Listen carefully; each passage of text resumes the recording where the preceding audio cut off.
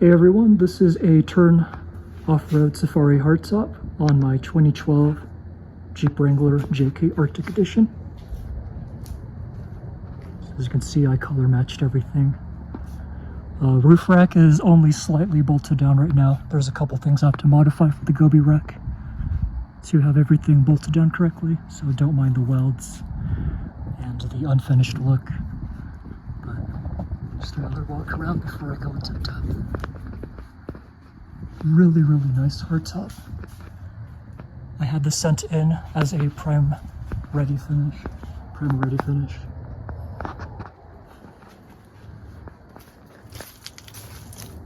Cool. Let's get into the details. So when the Safari hardtop first came into the house, it came on a pallet from FedEx Freight. The driver was super nice. The package itself was pretty tall. It didn't fit in the garage going up, so we had to turn it sideways and then enter it and see the house here. I have some old video archives to show. And so pretty much the thing about the hardtop itself was that when I ordered the primer ready finish, which costed extra, none of the windows were installed and it was actually flat black painted. So it wasn't really even sanded down to the primer. So I pretty much paid extra to have the hardtop shipped with no windows installed. Gaskets were just thrown into a box for me to install myself, and it was pretty disappointing. If I was ever to do it again, I would just order flat black and just have the windows pre-installed, because it's stupid to have to pay extra and not have windows attached, and it's barely primer ready. So here goes the overview in terms of pricing for everything that costed to get this hardtop put on. So the Safari hardtop itself from Turn Off-Road was about $3,648. Primer ready finish, which included no windows installed, no gaskets installed. It was basically just a top with the back window. That was about $149. So they charge you for that, which is really weird. Window installation to have things professionally installed from a local person was about $320. 2K clear coat and paint to color match everything was an additional $100.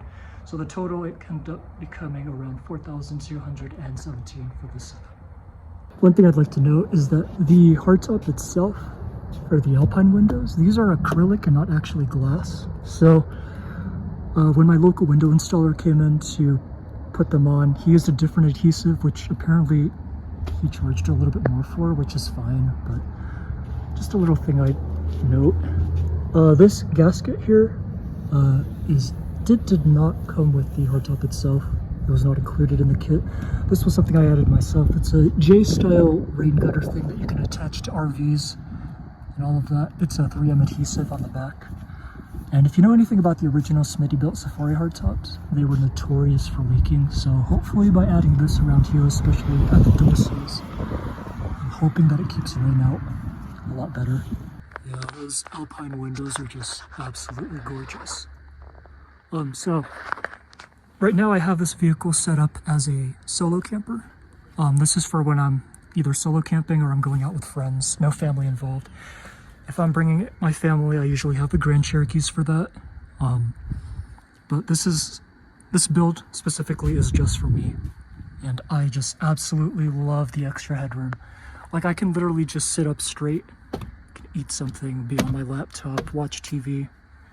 Like, it's just super cool. On the inside, I have the rock hard 4x4 roll cage, the full set for the 2-door. So you won't typically get like all of this here.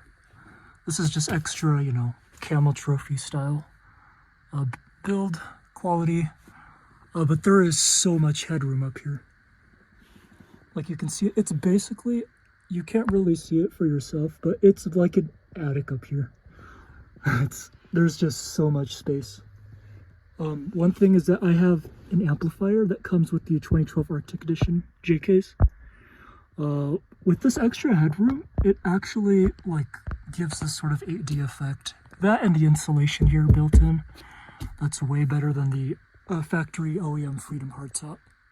It sounds quieter. The music quality sounds a lot better. Those Alpine windows are just absolutely gorgeous. And all it took to color match the hardtop was pretty much these two items. Obviously, it took more cams than that. But, I mean, it was all local and nothing had to be special ordered here. This 2K clear coat was pretty much from O'Reilly's. I think it was a little bit pricey, about like 38 bucks a pop. So I took a couple cans of those. As for the white itself, I didn't use bright white PW8 like the original top color. If you guys don't know, Chrysler white, which is bright white, is a pretty generic universal white.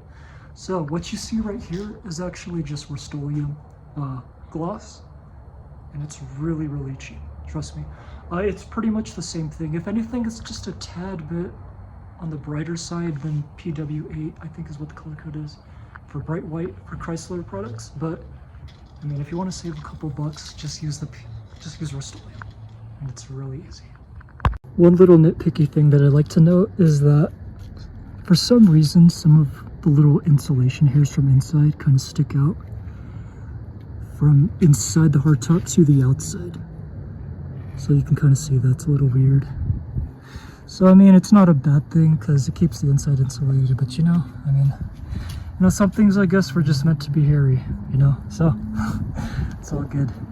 But just funny little quirk. See, you can kind of see it sticking out here too. No big deal. I really like just looking at the Alpine windows because they are just gorgeous. This is still a work in progress with the roof rack back on. I still got to put those Gobi ladders back onto the back. That's going to involve cutting off and welding again. Please don't look at my welds. Anyways, guys, this is my Jeep JK 2012 Arctic Edition. And really has that Land Rover vibe that I was looking for. Sorry, there's like a neighbor I don't want to record. So yeah. Overall, it's pretty worth it. I'm just disappointed that none of the windows were installed when it got here. And I had to pay more for that, which is kind of weird. Let me know your thoughts in the comment section below. If you have any questions, I can try to answer it. But other than that, thanks for watching.